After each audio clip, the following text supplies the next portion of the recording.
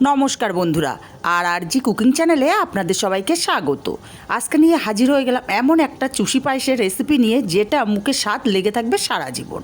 এখানে আমি এক বাটি চুষি নিয়ে নিয়েছি, আর এই চুষিগুলো দেখুন একদম গোবিন্দভোগ চালের মতো দেখতে। এগুলো হাতে কাটা চুষি। যদি আপনাদের রেসিপি লাগে অবশ্যই কমেন্ট করবেন, আমি তাহলে দেব। এক বাটি চুষি নিয়ে নিয়েছি। কড়াই গরম করে বড় চামচের 1 চামচ ঘি দিয়ে, ঘিটা গলে গেলে বেশ কিছুটা কাজু দিয়ে দিলাম। কাজুগুলোকে হালকা নাড়াচাড়া করে ভেজে নিয়ে এখানে দিয়ে দেবো কিছুটা কিশমিশ।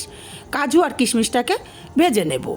কিশমিশগুলো ভাজতে ভাজতে দেখুন বালিশের মতো ফুলে উঠেছে, তার মানে কাজু আর কিশমিশ সুন্দর মতো ভাজা হয়ে গেছে। এখন ঘিটা ঝরিয়ে নিয়ে কাজু আর কিশমিশগুলো উঠিয়ে নেব। আমি আবারও বলছি, আপনাদের এই চুষির রেসিপি যদি লাগে অবশ্যই কমেন্ট করবেন, আমি তাহলে চুষির রেসিপি দেব। ওই ঘিয়ের মধ্যে চুষিগুলো দিয়ে দিয়েছি। এখন লো আছে, চুষিগুলোকে একটু ধৈর্য ধরে গোল্ডেন কালার করে ভেজে নিতে হবে। দেখুন ভাজতে ভাজতে চুষির কালারটা চেঞ্জ হতে শুরু করেছে। এখন ঠিক এই রকম গোল্ডেন কালার করে ভেজে নিতে হবে। এখন এই চুষিগুলোকে আমি আলাদা পাত্রে নামিয়ে নেব। তারপরে ওই একই কড়াইতে আমি দিয়ে দেব আগে থেকে জাল করা 2 লিটার দুধ। আমি দুধটাকে ফুটিয়ে ঘন করে নিয়েছিলাম, তাই আমি দুধটা ফুটিয়ে এখন ঘন করব না, জাস্ট ফুটে ওঠার অপেক্ষায় থাকবো। এখানে 2টো তেজপাতা দিলাম আর 4টে থেতো করা এলাচ দিয়ে দিলাম।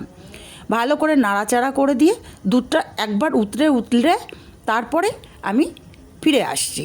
দুধটা আমার উতরে উঠেছে, আমি গ্যাসটাকে একদম লো করে দিয়েছি।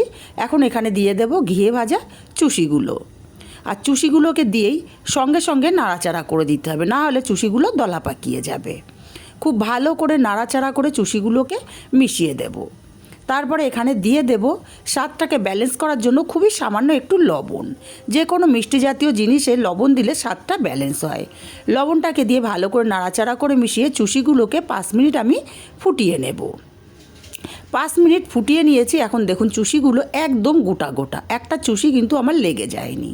ঠিক এই পর্যায়ে মিষ্টির জন্য আমি দিয়ে দেব গুড়ের বাতাসা। আপনারা চাইলে এখানে খেজুরের গুড়টাও ব্যবহার করতে পারেন। বাতাসাটা দিয়ে ভালো করে নাড়াচাড়া করে মিশিয়ে দিয়ে আমি আরও 5 মিনিট ফুটিয়ে নেব। দেখুন 5 মিনিট আমি ফুটিয়ে নিয়েছি। এখন এই চুষি পায়েসের কালারটা পুরোপুরি চেঞ্জ হয়ে গেছে, আর চুষিগুলো সুন্দর মতো সেদ্ধ হয়ে গেছে।